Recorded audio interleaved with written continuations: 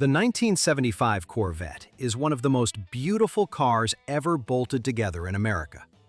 But it will easily embarrass you at a stoplight next to a used Toyota. This is the reality that often gets overlooked when people romanticize this classic. The C5 Corvette, by comparison, is a proper sports car that is fast, balanced, and engineered by people who genuinely cared about lap times. Deciding which one is better depends entirely on what you want from a vehicle, and you will soon see which approach fits your style. The year 1975 was disastrous for American performance cars, not because engineers stopped caring. Every automaker had to install catalytic converters onto their exhaust systems, and every car had to run on unleaded gasoline. But because the United States government passed new emissions regulations that strangled every V8 on the road. This regulatory shift meant the 5.7-liter V8 under that striking hood produced just 165 horsepower. The most recognized sports car badge in America, the car with the crossed flags that defined a generation of American style. A modern Honda Civic makes more than that. Put out less power than a standard family sedan you can buy today for $20,000. It was beautiful on the outside, but severely restricted on the inside, which is a detail that most enthusiasts quietly ignore. The C5 launched in 1997, and Chevrolet built it from a completely blank sheet of paper with no recycled components, no leftover iron block engines, and no compromises carried over from the past. The C5 arrived with an all-aluminum LS1 V8 producing 345 horsepower in base trim, climbing to 350 as the model years progressed. It featured composite body panels and a floor partially constructed with balsa wood to cut weight. The whole car weighed around 3,245 pounds, which is light compared to the 3,660-pound body of the 1975 model that possessed less than half the power. The C5 ran 0 to 60 miles per hour in 4.5 seconds, while the 1975 required between 7.7 and 8.2 seconds on a good day. On paper, this is a completely one-sided matchup. The impressive nature of the C5 went far beyond the horsepower.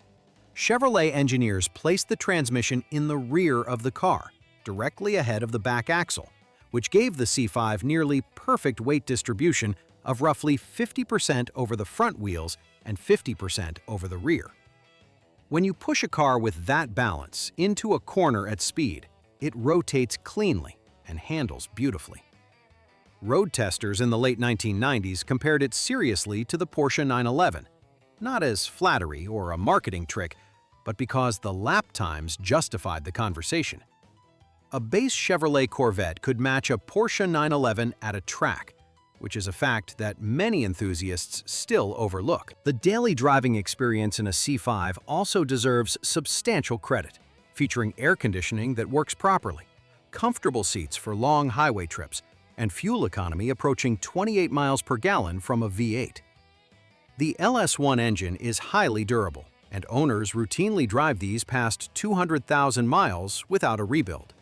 Parts are affordable, and the community of mechanics familiar with LS engines is very large. If something goes wrong on a C5, a competent shop can diagnose it in an afternoon, and the repair bill is usually manageable. That combination of performance, reliability, and everyday usability is very rare in any sports car at this price point. Despite those advantages, there are clear reasons why someone would choose the 1975 model. If you pull up to a car show in a C5, people might nod and take a few photos. If you pull up in a 1975 Corvette Stingray, people stop walking and gather around, and you will likely spend an hour answering questions from interested strangers. The classic Coke bottle body shape created by designer Bill Mitchell features swooping fenders over each wheel arch, pop-up headlights, and a long, aggressive hood that makes a statement before the engine even starts. The C5 is sleek and purposeful, but some enthusiasts feel it looks like a simple plastic wedge. The C5 is fast, but it lacks the visual drama of a third-generation Stingray. There are no computers in a 1975 Corvette, as the engine runs on a carburetor, which is a purely mechanical device that mixes air and fuel without a single circuit board. When you press the gas pedal, the response is raw and direct, with no electronic throttle mapping, no traction control module, and no stability systems calculating your inputs. It is just you and the machine.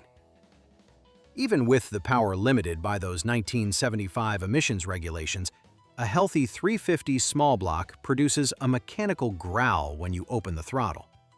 Your hands feel every imperfection in the road, and your right foot directly controls the vehicle, creating an experience that cannot be replicated by modern electronics. The year 1975 also carries a specific historical significance that no other C3 year shares, marking the final time Chevrolet offered the C3 as a full convertible before the open-top option disappeared from the lineup for more than a decade. A surviving 1975 convertible is a documented milestone in American automotive history. The coupe models from that year came with T-top roof panels, which are two removable sections you can pull off and store behind the seats. Removing them allows you to drive something that feels like a roadster without the structural issues of a fully chopped roof, offering an experience that belongs entirely to the C3 era. The maintenance experience also separates these two cars in a way that matters deeply to hands-on owners. When you open the hood of a 1975 Corvette, everything is visible, logical, and easy to reach. You can change the spark plugs yourself, rebuild the carburetor on a Saturday morning, and adjust the ignition timing with a simple light and a wrench. The car requires no modern diagnostic software. While the C5 often requires specialized tools and professional service, the 1975 rewards anyone with patience and a basic toolbox. And this accessibility outweighs the performance gap for many buyers. Pricing also affects the comparison in unexpected ways, as a clean, well-documented 1975 Corvette now sells for between $15,000 and $35,000, depending on condition and options. In contrast, a solid C5 in good shape can be found for $12,000 to $20,000, offering more power, better handling, and higher reliability for less money. Choosing the 1975 means paying for what the car represents, its history, and how it survived. It is a vehicle that maintained its dramatic design through a difficult regulatory era in American automotive history, which makes its story unique. The C5 is clearly the superior sports car because it is faster, sharper through corners, more comfortable, and cheaper to purchase. If you need a vehicle that wins every objective test, the C5 is the obvious choice.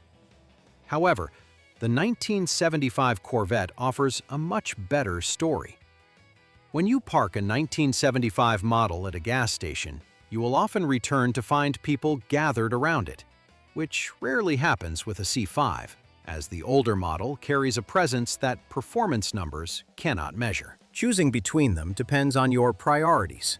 If you drive hard, value precision, and want a sports car that competes with much more expensive vehicles, the C5 is the right choice, and you will enjoy it every time you corner.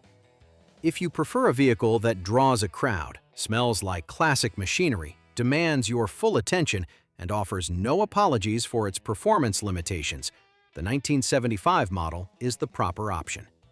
Both of these cars carry the Corvette name for a reason, as one earned its reputation with performance metrics, while the other earned it through character. And you likely already know which one you would prefer to see in your garage.